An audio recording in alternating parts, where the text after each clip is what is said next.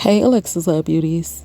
We're going to talk about menstrual cycles. And for a disclaimer, this video is going to get very personal. This is a personal topic, but I'm doing my extended research and I just want to share some of that information with you to make us feel more comfortable. When I am referring to blood, I will call that juice.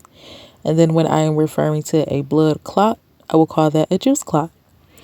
So, a little bit about my period. I started my period when I was about 12 or 13, and I was over one of my favorite auntie's houses. But I just remember waking up because I was asleep and I had so much pain in my lower abdominal. And I went to the restroom and I just seen all this red stuff. And she was like, "Oh, you started your period. Like, this is normal." But the pain is what got me. I wasn't afraid of what I seen. It was just the pain. And it happened right at the bottom of my stomach. And that has been going on for an estimated 30 something years. My periods are disastrous. So they come when they want to. They are irregular. They could come every month or they can come every 3 months. And they happen when they want to. Sometimes I might get a little, hey, I'm here. I might see like a little shadow, and sometimes it just fall how they want to. When I was younger, I did have them for 7 days. Now they are 4 days, sometimes 3 days, which I can appreciate. When I was younger, they were very heavy. Now they are not heavy at all. And when they were heavy, they did have a slight smell. I never had a smell, but when they were heavier, they did smell like, a period. But now I don't have that problem. When those periods come, my stomach has so much pain in the lower abdominal to where it seems like it's stuck. I've never been pregnant, so I don't know that experience. But it's this pain that comes to where it seems like it's stuck, like it wants to go up, it wants to go down, it wants to come out, but it does not. So one or two things is going to happen. I'm going to vomit or I'm going to have a bowel movement. And disclaimer, I told y'all in the beginning, it's going to get wild because I have to give you the raw and uncut truth.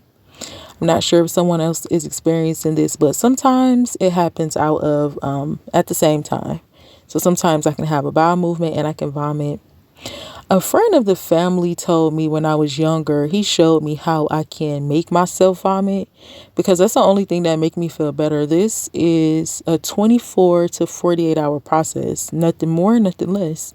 Like there's nothing I can do when this happens. Everything shuts down. And then, he taught me how to make myself vomit because that was the only thing that would make my pain go away. Then I have heat flashes. So when I get hot, this is when I know it's time to vomit. When I get cooler, this is when I know I have to have a bowel movement. But if it's in between, I can't tell if I'm hot or cold, then this is, most likely when both of those activities happen. So when I begin to vomit yellow, the friend of the family told me that that's me throwing up the lining of my stomach. So it's nothing there. I have almost these baby senses to where I can't be around any food, anybody's perfume, no type of soap, any drinks. I can't drink anything, eat anything. And then it's kind of weird, but you know how like when babies are born, their breath, like if you ever kissed a newborn, they have like a distinct breath. It's just, I can't explain a baby's breath, but I also get that also. So I just have all of these sensitivities. But if I smell anything, everything is just sensitive. It can't be too loud. When I get hot, the temperature has to go to cold. When I'm cold, the temperature has to change. Like I have to have what I need to have. Around this time, it's like I'm very grateful for the humans that's around me, the help that I get.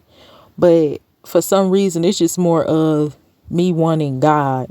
Like I appreciate the help that I get from people, but I be more wanting to call on God. It's just, I can't really explain that part.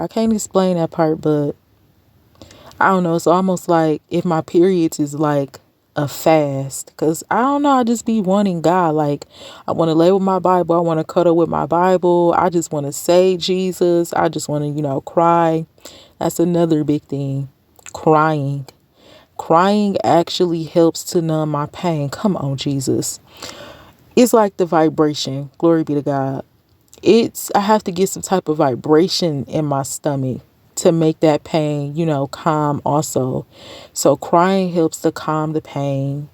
And then sometimes I'll hum. That helps to calm the pain.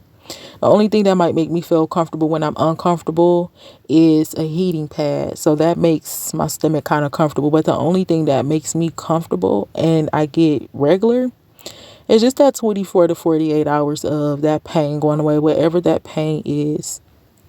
I am doing my extended research on this heavy behind the scenes. I have been to an OBGYN and I have gotten a vaginal ultrasound. Well, they said it was, I don't have those numbers right in front of me now, but we will come back because we're talking about this for a while. We got to get this information out and I have to heal myself to figure out what is going on. I believe she said it was like a 1.8 millimeter or centimeter of an ovarian cyst. So these are the things that I'm doing my extended research on. Also learn about that numerology as well. So that's what they said the first time. And then the next time I went to the OBGYN, he just said birth control, and we're not controlling any birth. Like, it's a hormonal imbalance, but I want to know why. Birth control to me I'm not a medicine girly. I never will be. I avoided at all costs. And then he got attitude at me. Like, so you ain't gonna take what I'm offering? No, sir. No, thank you. He went, and I didn't even tell him everything I'm telling y'all. He went off of just a little pain I was telling him I have, like it being irregular, and then you just say birth control. The thing with Western medicine is, just regular doctors, our primary care physicians, they don't have enough time to personalize what it is that we need. So in the medicine world, medicine knows that we go off of symptoms. And based on your symptom, everybody is treated the same. Come on, Jesus. But we are all different bodies. We have different body types. We have different, I think it's BMI levels. We have different genes and genetics. We have different blood types. We're structured different. We're different skin tones. They don't have enough time to break it down like that. That's what we need. So that's what I'm doing. Well, I had another doctor's appointment for an OBGYN. This was a different one. I was going to see if they gave me some different information. They were going to do another vaginal ultrasound and a pap smear, but I had to cancel that appointment. I believe that some of this comes from the way I was created. I believe this is coming from pads. Pads are made just like tissue.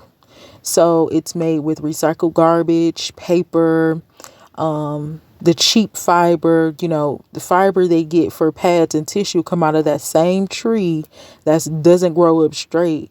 And anything, come on, Jesus, anytime I heard the Lord like talking about like a fruit or an animal, and these examples was like when he wanted somebody to bring him like a burnt offering or a sacrifice, he always says something without blemish.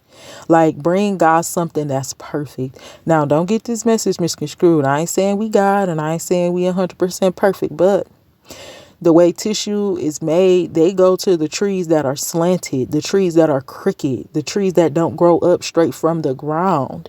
That's a problem. And this is why we have an abundance of that type of tissue.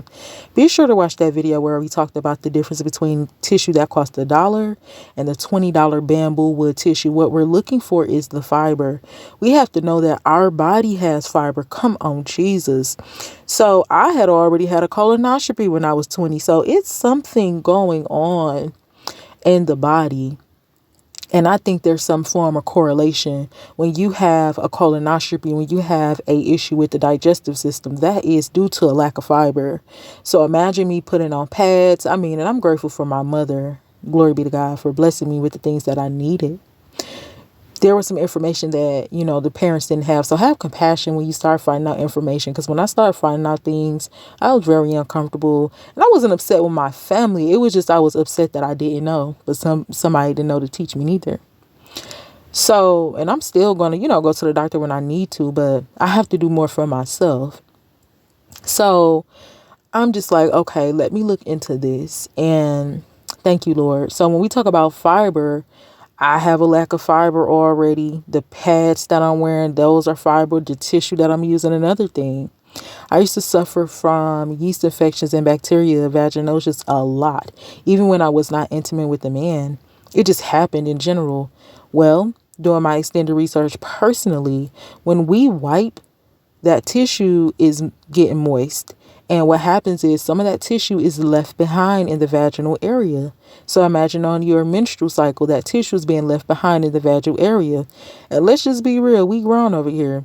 If you look in your underwear later on, I've seen it before personally. I speak on my own behalf, to where I might have seen some little tissue rolled up from earlier. Imagine using the restroom like 5 to 10 times a day, and that tissue is being left behind. All of that tissue. So this is where I think my yeast infections were coming from. Then you using a pad, and then it's just, the pad got fiber that's leaving behind, and you left the pad on. And this is where I think my yeast infections were coming from. So this is why I started using baby wipes. Alexus Love Beauties, this is going to be a small little series. So I want you to join me back here for part 2. And we're going to get into some information. Also, I'm going to get into the things that you're seeing in this video. So this video will be replaying throughout the course of this series. But as always, I encourage you to do your extended research. I will see you back in part 2. We're just learning about the periods for beginners. And, after this small series here, we're going to go into some of those words like ovarian cyst, PCOS, and endometriosis. And we're going to figure out what's going on with everything.